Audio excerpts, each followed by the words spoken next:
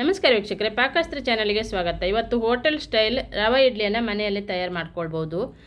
ಈ ಒಂದು ಪ್ರಮಾಣದಲ್ಲಿ ನಾನು ಹಾಕುವ ಅಳತೆಯಲ್ಲಿ ನೀವು ಹಾಕ್ಕೊಂಡ್ರೆ ಸಾಫ್ಟಾಗಿ ಬರುತ್ತೆ. ತುಂಬಾ ಟೇಸ್ಟಿಯಾಗಿ ಒಂದು ಸ್ವಲ್ಪನೂ ಹುಳಿ ಆಗದ ರೀತಿಯಲ್ಲಿ ನಾವು ಇಡ್ಲಿಯನ್ನು ತಯಾರು ಮಾಡ್ಕೊಳ್ಬೋದು. ಈ ವಿಧಾನದಲ್ಲಿ ನೀವು ಒಮ್ಮೆ ಟ್ರೈ ಮಾಡ್ಕೊಳ್ಳಿ. ವಿಡಿಯೋನ ಪೂರ್ತಿಯಾಗಿ ನೋಡಿ, ಹಾಗೆ ಇನ್ನೊಬ್ಬರಿಗೆ ಶೇರ್ ಮಾಡಿ ಮತ್ತು ಲೈಕ್ ಮಾಡಿ ಸಪೋರ್ಟ್ ಮಾಡಿ.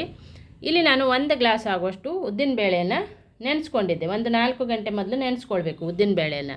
ಈ ಗ್ಲಾಸಲ್ಲಿ ತೊಗೊಂಡಿರೋದು 1 ಗ್ಲಾಸ್ ಆಗೋಷ್ಟು ಉದ್ದಿನ ಬೇಳೆಗೆ ನಾನಿಲ್ಲಿ ರವೆಯನ್ನು ತೊಗೊಂಡಿದ್ದೆ. ಇದು ಅಂಗಡಿಯಿಂದ ತಂದಿರುವಂಥ ಅಕ್ಕಿ ರವೆ, ಪ್ಯಾಕೆಟಲ್ಲಿ ಸಿಗುತ್ತೆ. ನೀವು ಯಾವುದೇ ಬ್ರ್ಯಾಂಡಿಂದ ಬೇಕಾದರೂ ತೊಗೊಬರ್ಬೋದು. ಅದನ್ನು ಚೆನ್ನಾಗಿ ವಾಶ್ ಮಾಡ್ಕೊಂಡಿದ್ದೆ. ಇದನ್ನು ಕೂಡ ಒಂದು 2-3 ಗಂಟೆಯನ್ನು ನೆನೆಸ್ಕೊಳ್ಬೇಕು. ರವೆಯನ್ನು ಕೂಡ ನೀರು ಹಾಕಿ ಚೆನ್ನಾಗಿ ನೆನೆಸ್ಕೊಳ್ಬೇಕು. ಇದಕ್ಕೀಗ ನಾನು ಉದ್ದಿನ ಬೇಳೆಯನ್ನು ಗ್ರೈಂಡರಿಗೆ ಹಾಕ್ಕೊಳ್ತೇನೆ, ರವೆಯನ್ನು ನೆನೆಸ್ಕೊಳ್ತೇನೆ. ನೋಡಿ, ಈಗ ಒಂದು 3 ಗಂಟೆ ಮೊದಲು ನೆನೆಸ್ಕೊಂಡಿದ್ದೆ. ಉದ್ದಿನ ಬೇಳೆ ಒಂದು 4 ಗಂಟೆ ನೆನೆಸ್ಕೊಂಡ್ರೆ, ರವೆ ಒಂದೊಂದು 3 ಗಂಟೆ ನೆನೆಸ್ಕೊಂಡ್ರೆ ಸಾಕು. ಚೆನ್ನಾಗಿ ವಾಶ್ ಮಾಡಿಕೊಂಡು ನೀರು ಹಾಕಿಟ್ಟಿದ್ದೆ. ಈಗ ಗ್ರೈಂಡರಿಗೆ ಉದ್ದಿನ ಬೇಳೆಯನ್ನು ಹಾಕ್ಕೊಳ್ಳೋಣ. ಗ್ರೈಂಡರಲ್ಲಿ ರುಬ್ಬೋದ್ರಿಂದ ಹಿಟ್ಟು ಸ್ವಲ್ಪ ಒದಗುತ್ತೆ, ನಮಗೆ ಜಾಸ್ತಿನ ಆದಂಗೆ ಅನಿಸುತ್ತೆ. ಮಿಕ್ಸಿಗಿಂತ ಚೆನ್ನಾಗಾಗತ್ತೆ ಮತ್ತು ಹಿಟ್ಟು ಸಾಫ್ಟಾಗಿ ಬರುತ್ತೆ. ಚೆನ್ನಾಗಿ ನೈಸಾಗಿ ಉದ್ದಿನ ಹಿಟ್ಟನ್ನು ರುಬ್ಕೊಂಡು ಈಗ ರವೆಯಲ್ಲಿರುವ ನೀರನ್ನು ಚೆನ್ನಾಗಿ ಸೋಸ್ಕೊಳ್ತೇನೆ. ಈಗ ನಾನು ಇದರ ನೀರೆಲ್ಲ ತೆಗೆದುಕೊಂಡು ಅದನ್ನು ಉದ್ದಿನ ಹಿಟ್ಟಿನಲ್ಲಿ ಹಾಕಿಡಬೇಕು. ಈಗ ಚೆನ್ನಾಗಿ ನೀರೆಲ್ಲ ಸೋಸ್ಕೊಂಡಿದ್ದೆ. ಮತ್ತು ನೀರನ್ನು ಕೈಯಲ್ಲಿ ಹಿಂಡಿ ಅದಕ್ಕೆ ಉದ್ದಿನ ಹಿಟ್ಟಿಗೆ ಹಾಕ್ಕೊಳ್ಳೋಣ.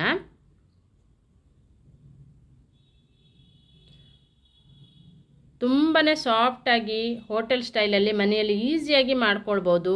ತುಂಬ ರುಚಿಯಾಗಿರುತ್ತೆ, ಸ್ವಲ್ಪನೂ ಹುಳಿ ಅನಿಸಲ್ಲ, ಏನಿಲ್ಲ. ಒಮ್ಮೆ ನೀವು ಇದನ್ನು ಟ್ರೈ ಮಾಡಿ. ಹಾಗೆ ನನ್ನ ಚಾನಲನ್ನು ಫಸ್ಟ್ ಟೈಮ್ ನೋಡ್ತಾ ಇದ್ದರೆ ಸಬ್ಸ್ಕ್ರೈಬ್ ಮಾಡಿಕೊಂಡು ಪಕ್ಕದಲ್ಲಿರುವಂಥ ಬೆಲ್ ಬಟನನ್ನು ಕ್ಲಿಕ್ ಮಾಡಿ. ನಾನು ಯಾವುದೇ ಒಂದು ರೆಸಿಪಿಯನ್ನು ಅಪ್ಲೋಡ್ ಮಾಡಿದಾಗ ಅದರ ನೋಟಿಫಿಕೇಷನ್ ಬರುತ್ತೆ. ಈಗ ರವೆಯನ್ನು ನಾನು ಉದ್ದಿನ ಹಿಟ್ಟಿನಲ್ಲಿ ಹಾಕಿ ಇದನ್ನು ಕೈ ಆಡಿಸೋದಿಲ್ಲ, ಏನಿಲ್ಲ, ಹಾಗೇ ಮುಚ್ಚಿಬಿಟ್ಟು ಓವರ್ ನೈಟ್ ಇಟ್ಟಿರ್ತೇನೆ. ಒಂದು 7-8 ಗಂಟೆ ಇಟ್ಕೊಳ್ಬೇಕು. ಇದನ್ನು ರಾತ್ರಿ ಮಾಡಿಟ್ಟು ಬೆಳಿಗ್ಗೆ ಇಡ್ಲಿ ಮಾಡೋದು. ನಾನು ರವೆ ಹಾಕಿ ಕೈಯನ್ನು ಕೂಡ ಕಲಸಿ ಇಟ್ಟಿಲ್ಲ, ಹಾಗೇ ಇಟ್ಟಿದ್ದೆ. ಈಗ ಬೆಳಿಗ್ಗೆ ಇಡ್ಲಿ ಮಾಡುವ ಟೈಮಲ್ಲಿ ನೋಡ್ತಾ ಇರೋದು ನೋಡಿ, ಉದ್ದಿನ ಹಿಟ್ಟೆಲ್ಲ ಮೇಲ್ಗಡೆ ಬಂದಿದೆ. ನಾ ರವೆ ಹಾಕಿದ ಮೇಲ್ಗಡೆ ಬಂದಿದೆ. ಹಿಟ್ಟು ತುಂಬ ಹುದುಗಿದೆ. ನಾವು ಕೈ ಹಾಕಿ ಉಪ್ಪು ಹಾಕಿ ಎಲ್ಲ ಇಟ್ಕೊಂತಂದರೆ ತುಂಬ ಹುಳಿ ಆಗುತ್ತೆ. ಹಾಗಾಗಿ ಕೈ ಹಾಕಿ ಇಡಬಾರ್ದು. ನೀವು ತುಂಬ ಕೋಲ್ಡ್ ಇತ್ತಂದರೆ, ಒಂದೊಂದು ಊರಲ್ಲಿ ಸ್ವಲ್ಪ ಕೋಲ್ಡ್ ಜಾಸ್ತಿ ಇತ್ತಂದರೆ ನೀವು ಹಾಕ್ಕೊಳ್ಬೋದು, ಅಂದರೆ ಕೈ ಹಾಕಿ ಚೆನ್ನಾಗಿ ಕಲಸಿ ಇಟ್ಕೊಳ್ಬೋದು.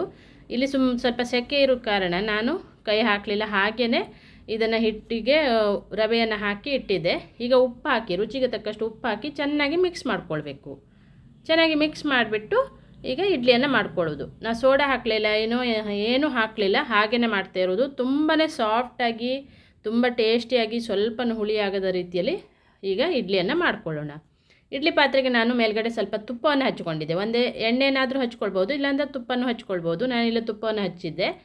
ಈಗ ಇಡ್ಲಿಯನ್ನು ಮಾಡ್ಕೊಳ್ಳೋದು. ಇಡ್ಲಿ ಪಾತ್ರೆಗೆ ಸ್ವಲ್ಪ ನೀರು ಹಾಕಿ ಕಾಯ್ಲಿಕ್ಕೆ ಇಟ್ಟಿರ್ಬೇಕು ಫಸ್ಟಿಗೆ. ನೋಡಿ, ಚೆನ್ನಾಗಿ ಕಾಯ್ತಾ ಇದೆ. ಈಗ ಇಡ್ಲಿ ಪಾತ್ರೆಗೆ ಹಿಟ್ಟು ಹಾಕಿಟ್ಟು ಇದನ್ನು ಒಂದು 20 ನಿಮಿಷ ಬೇಯಿಸ್ಕೊಳ್ಳೋಣ. ನೋಡಿದ್ರಲ್ಲ, ಇಷ್ಟು ಸಿಂಪಲ್ಲಾಗಿ ಟೇಸ್ಟಿಯಾಗಿರುವಂಥ ಹೋಟೆಲ್ ಸ್ಟೈಲ್ ಇಡ್ಲಿಯನ್ನು ಮನೆಯಲ್ಲಿ ರೆಡಿ ಮಾಡ್ಕೊಳ್ಬೋದು. ಈ ವಿಧಾನದಲ್ಲಿ ಒಮ್ಮೆ ಟ್ರೈ ಮಾಡಿ. ಹಾಗೆ ವಿಡಿಯೋನ ಇನ್ನೊಬ್ಬರಿಗೆ ಶೇರ್ ಮಾಡಿ ಮತ್ತು ಲೈಕ್ ಮಾಡಿ ಸಪೋರ್ಟ್ ಮಾಡಿ. ಸಾಫ್ಟಾಗಿ ಟೇಸ್ಟಿಯಾಗಿರುವಂಥ ಇಡ್ಲಿನೂ ರೆಡಿಯಾಗಿದೆ. ನಾನು ಇದನ್ನು ಸಾಂಬಾರು ಜೊತೆ ಸರ್ವ್ ಮಾಡ್ಕೊಂಡಿದ್ದೆ. ಸಾಂಬಾರಿನ ವಿಡಿಯೋನ ಇನ್ನೊಂದು ವಿಡಿಯೋದಲ್ಲಿ ಶೇರ್ ಮಾಡ್ತೇನೆ. ಹಾಗೆ ನನ್ನ ವಿಡಿಯೋಗೆ ಸಪೋರ್ಟ್ ಮಾಡಿ, ಲೈಕ್ ಮಾಡಿ ಮತ್ತು ಇನ್ನೊಬ್ಬರಿಗೆ ಶೇರ್ ಮಾಡಿ. ನನ್ನ ಚಾನಲನ್ನು ಸಬ್ಸ್ಕ್ರೈಬ್ ಮಾಡಿಕೊಳ್ಳಿ. ಪಕ್ಕದಲ್ಲಿರುವಂಥ ಬೆಲ್ ಬಟನನ್ನು ಕ್ಲಿಕ್ ಮಾಡಿದರೆ ನಾನು ಯಾವುದೇ ಒಂದು ರೆಸಿಪಿಯನ್ನು ಅಪ್ಲೋಡ್ ಮಾಡಿದಾಗ ಅದರ ನೋಟಿಫಿಕೇಷನ್ ಬರುತ್ತೆ. ತುಂಬಾ ಟೇಸ್ಟಿಯಾಗಿ, ಈಸಿಯಾಗಿ ಹೋಟೆಲ್ ಸ್ಟೈಲ್ ಇಡ್ಲಿನೂ ರೆಡಿಯಾಗಿದೆ ನೋಡಿ. Thank you.